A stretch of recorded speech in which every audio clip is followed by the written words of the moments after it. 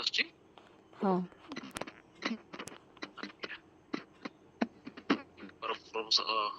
ଟିକେ ଲାଉଡରେ କହିବେ।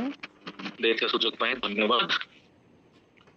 ମୋର ଗୋଟେ ଛୋଟ ସାକ୍ଷୀ କହୁଛି।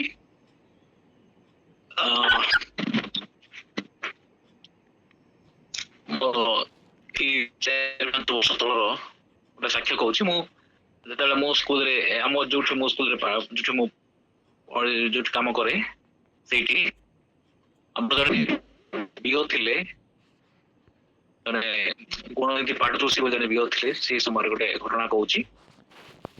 ଆଉ ଆମେ ଗୋଟେ ଥର 2 ଜଣ ଥିଲୁ, ଜଣେ ସାର୍ ଆଉ ମୁଁ ଇନଚାର୍ଜ, ଆଉ ଜଣେ ମୁଁ ଥିଲୁ 2 ଜଣ। ଥରେ କଣ ହେଇଛି, ସେ ସାର୍ କଣ କଲେ, ଗୋଟେ ବାଟରେ ଜଣଙ୍କ ସାଙ୍ଗରେ ଗୋଟେ କଥା ହଉଥିଲେ ସେଟା ଦେଖିକି ସେ ସାର୍ ସେ ବିଓ ଦେଖିଦେଲେ। ତାଙ୍କୁ ଦେଖିକି ତ ସେଠି ତ ଗାଳି କଲେ, କଣ କଲେ, ଯାହାବି କଲେ। ଆହୁରି ତାଙ୍କୁ ସ୍କୁଲକୁ ଆସିକି ଆହୁରି କେତେ କଥା କହିଲେ, କଣ କହିଲେ। ଏ କଥାକୁ ନେଇକି ମୁଁ ବି ଟିକେ ଟେନସନ ହେଇଥିଲି। ମତେ ବି ଆଉ କଣ କହିବେ ନା କଣ ବୋଲି ମୁଁ ବି ଟିକେ ଟେନସନ ହେଇଗଲି। ସେଠି ମୁଁ ବି ଟିକେ ଟେନସନ ହେଇନଥିଲି, ଯଦିଓ ଟିକେ ଲାଗିଲା, ଡର ଲାଗିଲା। କାହିଁକି ସେ ସାର୍ ବହୁତ ଷ୍ଟ୍ରିକ୍ଟ ଲୋକ, ବହୁତ ମାନେ ସାଙ୍ଗେ ସାଙ୍ଗେ କିଛି ଆକ୍ସନ ବି ନିଅନ୍ତି, ସେ ଆକ୍ସନ ଓରିଏଣ୍ଟେଡ ସେ। ଆଉ ଏଇ ଅବସ୍ଥାରେ ମୁଁ ସେ ଆସିକି ଆମ ସ୍କୁଲକୁ ମାନେ ସେଦିନ ସେଥର ତାଙ୍କର ଫାଷ୍ଟ ଆମ ସ୍କୁଲକୁ ଆସିବେ ଭିଜିଟ। ତ କଣ ହେଇଛି, ମୁଁ ସେଥର କଣ କଲି, ସେ ମୋର କ୍ଲାସ କରିବାକୁ ଯାଉଛି, ମତେ କହିଲେ ଆମର ଏବିଓ ଆସିଥିଲେ, ସିଆସିସି ଆସିଥିଲେ, ବିଓ ଆସିଥିଲେ। ସେ ବିଓ ଯେହେତୁ ଏକଦମ ଷ୍ଟ୍ରିକ୍ଟ ଲୋକ, ତ ମତେ କହିଲେ ଆଜି ତମର ସାର୍ ତମର ଇଏ ଦେଖିବେ, ଯେ କଣ କେମିତି କଣ କ୍ଲାସ କରୁଛ ଟିକେ ଦେଖିବେ କହିବାରୁ ମୁଁ କହିଲେ ଡରିଲି ଟିକେ। ମୁଁ ବି ଯେହେତୁ ସାର୍ଙ୍କୁ ସେ ବହୁତ କିଛି କହିଛନ୍ତି, ସାର୍ଙ୍କୁ ବହୁତ କିଛି ଗାଳି କରୁଛନ୍ତି, କରୁଛନ୍ତି, ସାର୍ଙ୍କ ଉପରେ ରେଜିଡ୍ ହେଇଛନ୍ତି, ତେଣୁ ମତେ ବି କଣ କହିବେ ନା କଣ, ମୁଁ ଟିକେ ଟେନସନ ଥିଲି।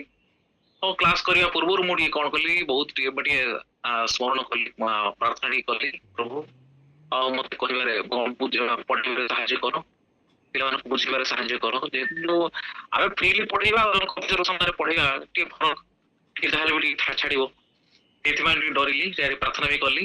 ତାପରେ ମୁଁ ପଢଉଥିଲି, ସାର୍ ଆସିଲେ, ବିଓ ସାର୍ ଆସିଲେ, ସିଆସି ସାର୍ ଆସିଲେ। ତ ସେ ବି ବ୍ରେଲି, ଆମର ଯୋଉ ବ୍ରେଲି ବହି ଗୁଡାକ ଅଛି, ସେ ଫାଷ୍ଟ ଦେଖିଲେ। ତାପରେ ପିଲାମାନଙ୍କର ବହି ଦେଖିଲେ, ଏକ୍ଜାକ୍ଟ ମିଶୁଛି, ଭଲ। ସେଠୁ ମୁଁ ଯୋଉ ବିଷୟଟା ପଢଉଥିଲି ସେ ବିଷୟକୁ ସେ ସାର୍ ବି ଦେଖିଲେ, ସେ ପାଠଟା ପଢା ହଉଛି। ସେଠୁ ପିଲାମାନଙ୍କ ବହିକୁ ଦେଖିଲେ, ମୁଁ ପଢଉଥିଲି ସେ କଥା, ଗୋଟେ ପାରାଗ୍ରାଫ ଯାହା ଥିଲା ସେ ପାରାଗ୍ରାଫଟା ପଢଉଥିଲି, ସାର୍ ଦେଖୁଥିଲେ, ମୁଁ ମୋ ବହି ପଢଉଥିଲି। ତ ଏଇ ସମୟରେ ସାର୍ ଦେଖିଲେ ଏକ୍ଜାକ୍ଟ ତ ପଢା ହଉଛି, ଠିକ ଅଛି। ସେଠୁ ସାର୍ କହିଲେ ଏଇଟା ବୁଝାଅ, କହିଲେ ଏଇଟା ଯାହା ପଢିତ ତମେ ବୁଝୁଛ ବୁଝାଅ, କହିଲେ। ବାପା ଏ ତ ଅସୁବିଧା, ବୁଝିବାଟା କିଛି ନାହିଁ, କିନ୍ତୁ କଣ ଯଦି ବୁଝିବି, ଯଦି ଏପଟ ସେପଟ ହବ, ଆଉ ଯଦି କଣ ମତେ ଆଉ କଣ କହିବେ କଣ ନାହିଁ ବୋଲି ମୁଁ ବି ଡରିଗଲି। ଟିକେ ଇଏ ଲାଗିଲା, ନର୍ଭସ ଟିକେ ହେଇଥିଲି, ନର୍ଭସ ଥିଲି, ବେଶୀ ନଥିଲି ଯଦିଓ ଟିକେ ନର୍ଭସ ଥିଲି। ତାପରେ ସେ ଅନୁସାରେ 2-3ଟା ସେଣ୍ଟେନ୍ସ ମୁଁ ବୁଝେଇଲି ପିଲାମାନଙ୍କୁ, ବୁଝେଇଲା ବେଳକୁ ବୁଝେଇଲି। ସାର୍ ବିଓ ସାର୍ କଣ କଲେ, ସେ ମୁଁ ଯାହା ବୁଝେଇଲି ସେ ଆଉ ଟିକେ ପାର୍ଟିସିପେଟ କରିଥିଲେ ପିଲାଙ୍କ ସହିତ, ଏକା କଥା ସେଇ ହିଁ ବୁଝେଇଲେ, ସେ କଥା ହିଁ କହିଲେ। ତାପରେ କହିବା ଭିତରେ ସେ ଏତେ ଖୁସି ହେଇଗଲେ, ମାନେ ସେ ରାଗିକି ଆସିଥିଲେ, ଏତେ ଖୁସି ହେଇଗଲେ, ମତେ ହାତରେ ପୁରା ହାତ ମିଶେଇ କହିଲେ ଗୁଡ ଗୁଡ ଗୁଡ। ମାନେ ସେ ଗୁଡ କହିଲେ, ମାନେ ପୁରା ତାଙ୍କ ହୃଦୟରୁ ବାହାରିଲା, ସେଇଟା ମୁଁ ଜାଣିପାରିଲି। ମାନେ ମତେ ଏତେ ଖୁସି ଲାଗିଲା। ସେ ସାର୍ ବି ବହୁତ ଖୁସି ହେଲେ। ଖୁସି ହେଲେ ତାପରେ ସେ ସାର୍ ମାନେ ଆଉ ଟିକେ ମୋ ବିଷୟରେ କହିଲେ, ସାର୍ ଏଇ ଭଲ ପିଲାମାନଙ୍କୁ ଭଲ ଗାଇଡ କରନ୍ତି, ସବୁ ବିଷୟ ପଢାନ୍ତି, ଭଲ ପଢାନ୍ତି କହିଲେ। ସାର୍ ବହୁତ ଖୁସି ଆସିଥିଲେ, ଖୁସି ହେଇଗଲେ। ତାପରେ ଆମର 2-3 ମାସର ସାଲାରୀ ବି ହେଇନଥିଲା, ଆମେ ଜେଟିରେ ଥିଲୁ, 2-3 ମାସର ସାଲାରୀ ବି ହେଇନଥିଲା। ସାର୍ ନିଜେ କହିଲେ କି ଆମକୁ, ଆମେ ବର୍ତ୍ତମାନ ତମର 3 ମାସର ସାଲାରୀ ଦେଇଦେଇଛୁ, ସେଠୁ ନିଜେ ଆମକୁ ସେ କଥା ବି କହିଲେ। ମାନେ ଏତେ ଖୁସି ହେଇଗଲେ, ଖୁସି ହେଲେ ସାର୍। ତାପରେ ସେଇଠୁ ସେଇ ଦିନ ଠାରୁ ଆମ ସ୍କୁଲକୁ ଯେବେ ଆସନ୍ତି, ମତେ କିଛି ମାନେ ଆମ ଭଲ ଇଏ ରହିଲା। ଆଉ ଆମ ସହିତ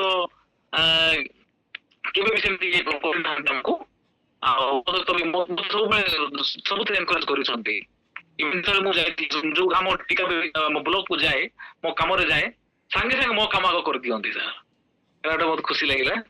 ଆଉ ସିବିଓ ସାର୍ ବହୁତ ଯଦି ଷ୍ଟ୍ରିକ୍ଟ ହେଲେ ବି, କିନ୍ତୁ ମୋ କାମରେ ମତେ କିନ୍ତୁ ବହୁତ ଇଏ କରନ୍ତି। ସେଟା ଫାଷ୍ଟ ଇମ୍ପ୍ରେସନ ଲାଷ୍ଟ ଲଙ୍ଗ କଥା ଅଛି, ସେଇ ଭଳିଆ ମତେ ସେ ପ୍ରଭୁ ସାହାଯ୍ୟ କଲେ ପଢେଇବାରେ, ବୁଝେଇବାରେ।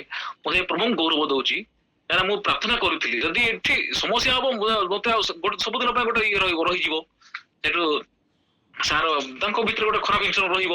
ସେଟା ମୁଁ ବହୁତ ଡରିଥିଲି ଆଉ ପଢେଇଲି ବୁଝିଲି ସାର୍ ବହୁତ ଖୁସି ହେଲା ପରେ ମୋ ବିଷୟରେ ସାର୍ କହିଲେ ମୁଁ କେତେ ଦିନ ପରେ ଆସିଲା ପରେ ମତେ କହିଲେ ମୁଁ ତମ ବିଷୟରେ ମୁଁ ବହୁତ ଜାଗାରେ କହିଛି କହିଲେ କଣ ନା ମୁଁ ଯଦି ମୁଁ କହିଛି ବହୁତ ମିଟିଂରେ ତମ ବିଷୟରେ ମୁଁ କହୁଥିଲି କି ବହୁତ ଜଣେ ବ୍ରାଇଟ୍ ହେଲେ ବି ତମେ ଯଦି ଏମାନଙ୍କୁ ପଢଉଛ ସେ ବିଷୟ ମୁଁ ବହୁତ ଜାଗାରେ କହିଥିଲି ଆମ ମାନେ ଇଏ ମିଟିଂ ଗୁଡାକ ସବୁ କହିଥିଲି ବୋଲି କହିଲେ ସବୁ ଖୁସି ହେଇକି ସବୁର ଗୌରବ ପ୍ରଶଂସା ମହିମା ତାଙ୍କୁ ପ୍ରଭୁଙ୍କୁ ମିଳୁ ଆମେ କିଛି ନୁହଁ ପ୍ରଭୁ ଆମେ ପ୍ରଭୁ ସମସ୍ତ ବିଷୟ ସେ ସବୁ ଗଡ୍ ଇଜ ଏଭ୍ରିଥିଙ୍ଗ ତେଣୁ ପ୍ରଭୁ ସମସ୍ତ ବିଷୟରେ ଗୌରବ ପାଆନ୍ତୁ ଆଜିର ସାକ୍ଷ୍ୟ ପାଇଁ ମଧ୍ୟ ହେଲେ ଯାହା ବି କରନ୍ତୁ ଆମର ସେଦିନ ମୁଁ ଡରିଥିଲି ଯୋଉ ନର୍ଭସ ହେଇଥିଲି କିନ୍ତୁ ସାଙ୍ଗେ ସାଙ୍ଗେ ସେ ନର୍ଭସନେସ୍ ପଳେଇଲା ଦୂର ହେଲା ମତେ ବହୁତ ଖୁସି ହେଇଗଲି ଏତେ ମାନେ ଏମିତି ରାଗିକି ଆସିଥିବା ଲୋକ ଏତେ ଖୁସି ହେଇଗଲେ ସେଇଟା ମତେ ଆଶ୍ଚର୍ଯ୍ୟ ହେଇଗଲେ ରେ ପ୍ରଭୁ ମାନେ ପ୍ରଭୁ କଣ ନ କରିପାରନ୍ତି ପ୍ରଭୁ ସବୁ କିଛି କରି ଏଇ ସମସ୍ତ ଯାହାବି ହେଇଗଲା ଯାହା ବି କାର୍ଯ୍ୟ ହେଲା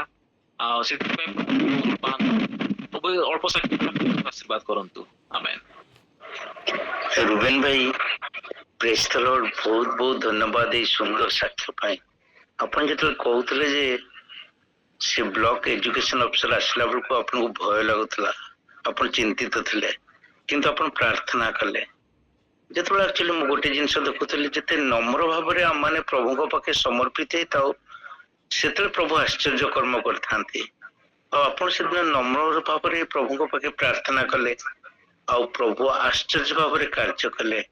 ହୁଏତ ସମସ୍ତଙ୍କ ଜୀବନରେ ସବୁ କାର୍ଯ୍ୟ କ୍ଷେତ୍ରରେ ଯେତେବେଳେ ସିନିୟର ଅଫିସର ମାନେ ଇନ୍ସପେକ୍ସନ ପାଇଁ ଆସନ୍ତି ସମସ୍ତଙ୍କର ଭୟ ହେଇଥାଏ କିନ୍ତୁ ସେଦିନ ଆପଣ ଗୌରବଟା ଆପଣ ନିଜେ ନେଲେନି ଆପଣ ପ୍ରଭୁଙ୍କୁ ଦେଲେ କେତେ ଆଶ୍ଚର୍ଯ୍ୟର ବିଷୟ ଯେତେବେଳେ ଆମମାନଙ୍କ ଜୀବନରେ ଆମମାନେ ସମସ୍ତ କାର୍ଯ୍ୟ ପାଇଁ ପ୍ରଭୁଙ୍କୁ ଗୌରବ ଦେଇଥାଉ ସେତେବେଳେ ପ୍ରଭୁ ଆଶ୍ଚର୍ଯ୍ୟ କର୍ମ କରିଥାନ୍ତି ପ୍ରଭୁ ଆମ ଅନ୍ତର ସେଇ ନମ୍ରତାକୁ ଅପେକ୍ଷା କରିଥାନ୍ତି ଆମେ ଯେତେବେଳେ ନମ୍ରତାର ସହିତ ପ୍ରଭୁଙ୍କ ପାଖେ ସମର୍ପିତ ହଉ ଯେପରି ସେଦିନ ଆପଣ ନିଜକୁ ସମର୍ପଣ କରିଦେଇଥିଲେ ପ୍ରାର୍ଥନା କରିଥିଲେ ପ୍ରଭୁ ଆଶ୍ଚର୍ଯ୍ୟ କର୍ମ କରିଥିଲେ ଆଜି ବି ପ୍ରଭୁ ସେହିପରି ଆମ ଜୀବନରେ କଥା କହୁଛନ୍ତି ଯେ ଆମେ ପ୍ରତ୍ୟେକ ଯଦି ନମ୍ର ହେଇଯିବା ନମ୍ରତାର ସହିତ ସମର୍ପିତ ହେବା ପ୍ରଭୁ ବି ଆଜି ପ୍ରତ୍ୟେକ ଜୀବନରେ ସେହିପରି ଆଶ୍ଚର୍ଯ୍ୟ କର୍ମ କରିବାକୁ ଅପେକ୍ଷା କରିଛନ୍ତି।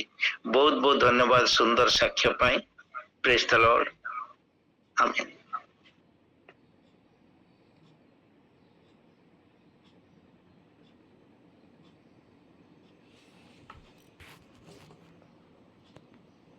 Amen amen amen amen.